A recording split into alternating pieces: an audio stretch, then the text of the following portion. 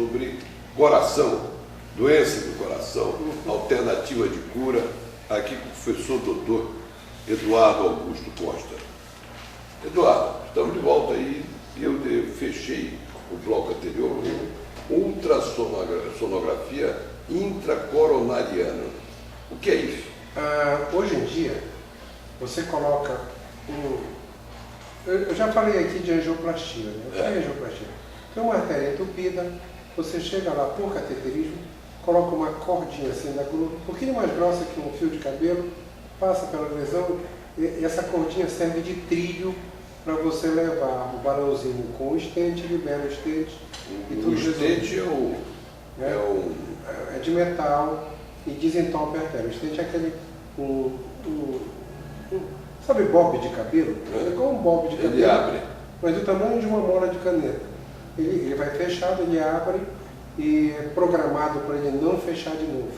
Tá? A força radial lá é perfeita. Então ele abre, tem uma engenharia mecânica muito perfeita e você desentope as artérias com o estente. E fica aquele pedacinho de metal lá? Vai ficar lá para sempre. Depois ele é recoberto pelas células.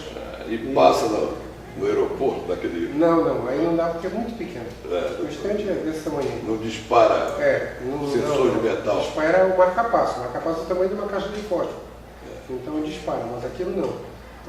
O estente não. E depois, o que é que surgiu?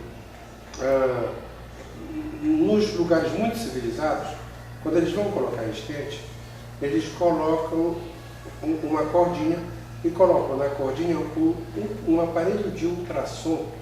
Sabe o ultrassom que faz a barriga, o coração? Lá dentro da coronária. A coisa tem um pouquinho mais que um pingo de caneta, um risco de caneta. Dentro da coronária. E você liga no aparelho, aquilo vem devagarinho, meio milímetro por segundo, vem devagarinho, e ele vai rodando e te dá ultrassom de dentro da coronária. Dentro da coronária. Então você vê se tem placa, se a placa está entupindo é grave. Nós começamos a fazer isso aqui em Belém e em 2 casos já, mas não tem segredo.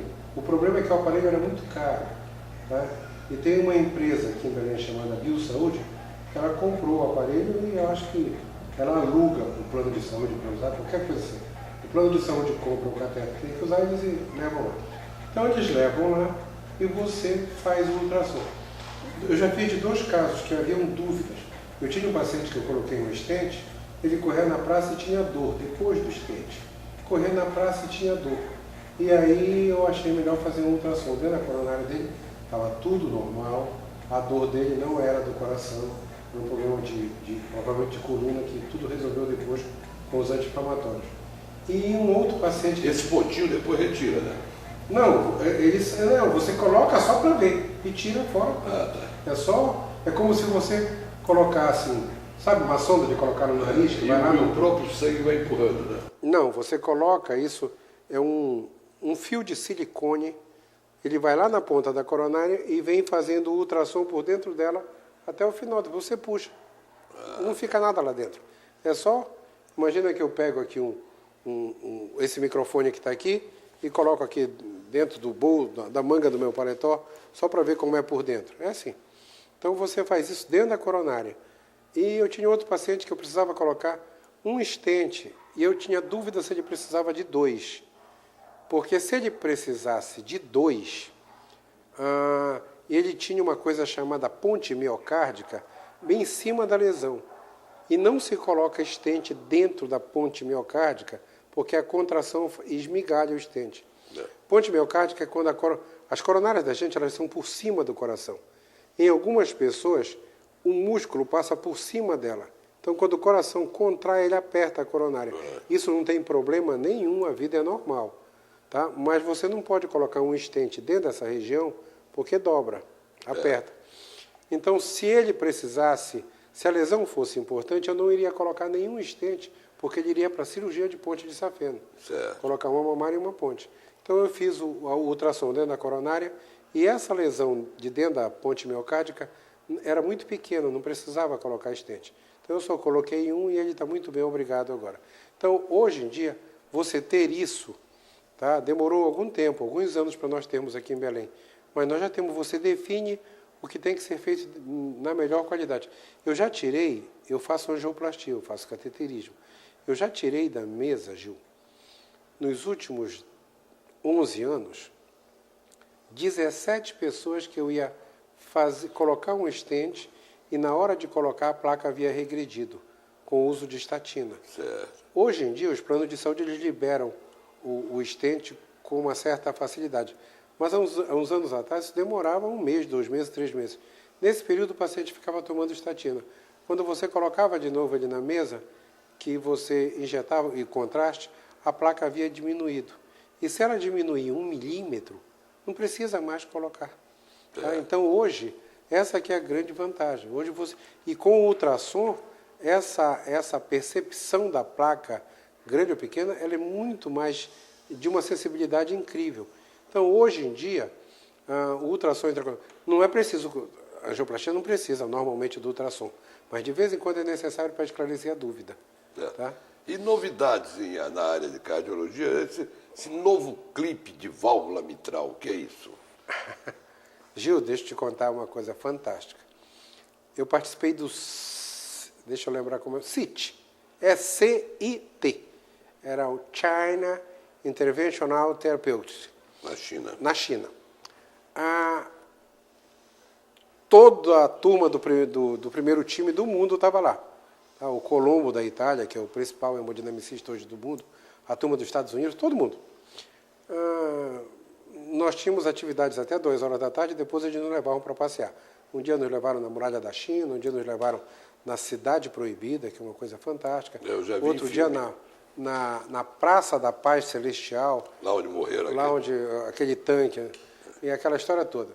E no outro dia nos levaram na ópera de Pequim, um negócio... Aquelas óperas. Fantástico. E foi muito bom porque no lado do palco ficam 2 telões traduzindo, quer dizer, sai em inglês, mas em inglês todo mundo lê. Então ficou muito legal. Então, o congresso lá, eu voltei de lá dizendo assim, poxa, existem 3 congressos mundiais que vai tudo de hemodinâmica. O TCT, que é feito todo ano nos Estados Unidos, o EuroPCR, que é feito em Paris, que eu fui inclusive esse ano, e o CIT, na China. Eu voltei de lá, assim, crente que eu estava na crista do conhecimento de tudo. Vim aqui em Belém e na outra semana eu tive que ir em São Paulo. Então, eu acompanho uma criança aqui em Belém que era acompanhada por mim lá em São Paulo, porque ela nasceu com uma atresia tricúspide, hoje em dia está muito bem, obrigada, mas o pessoal lá de São Paulo exige que ela vá todo ano lá. E eu sempre vou junto, a família pede para eu acompanhar, eu vou junto. Chego em São Paulo, uma semana depois que eu tinha chegado da China. Fui lá na Escola Paulista, resolver alguma coisinha lá de pós-graduação. E quando eu cheguei na hemodinâmica, não tinha ninguém. Cadê todo mundo? Todo mundo foi para o Dante Pazanese. Fazer o que no Dante Pazanese?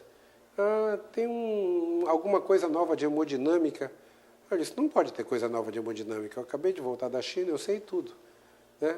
Aí encontro com o Rodrigo. O Rodrigo foi um aluno meu aqui, filho de um amigo meu, do Ribamar, e da Ana Maria, que está terminando a hemodinâmica. Terminando, já terminou, está contratado lá em São Paulo, pelo Hospital do Rim, para fazer hemodinâmica. Aí ele, professor, eu disse, de onde tu está voltando? Porque eu disse, eu estou vindo do Dante Pazanese. O que é que aconteceu? O clipe de mitral. Eles não tinham falado do clipe de mitral na China uma semana antes. Uma coisa fantástica. A insuficiência da válvula mitral era a única das patologias que não tinha como resolver por cateterismo. Certo. Tá? Porque estenose mitral você resolve por cateterismo. Hoje você troca a válvula aórtica por cateterismo. Troca, fantástico. Você coloca por dentro da artéria, vem na aorta e coloca a válvula nova e fica lá. Lógico que tem indicações precisas para isso. Mas a insuficiência mitral, a válvula está vazando, assim, tá? Parece uma porta de saloon, de filme de Bang Bang. Certo. E eles inventaram uma coisa por cateterismo, você vai lá, um clipezinho que pega o folheto que está balançando aqui, prende da outra e fica no meio e junta. Aí ela não vaza mais.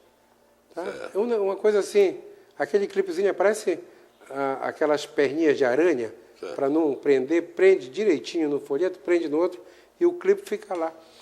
para a insuficiência da válvula mitral, que era a única patologia que a gente não tinha como resolver. Então, isso assim, hoje, tá? Se alguém que está nos assistindo tiver interesse, é só colocar clipe mitral no YouTube, que tem um filmezinho lá de como fazer. Fantástico. Ontem eu tive um paciente que tem uma insuficiência mitral grave, chegou comigo, eu estou com medo, eu não queria operar. Eu disse, não, agora tem um clipe, não precisa mais. Não precisa operar. Não precisa mais. Em alguns casos, lógico que tem que ver, tem casos que não tem jeito ainda. Até porque quando a válvula está insuficiente, tem que trocar. Trocar a válvula. Você tem que colocar uma... E não existe uma prótese perfeita. Né? Elas são perfeitas em termos de engenharia mecânica, mas elas são próteses. Então, você tem que tomar anticoagulante.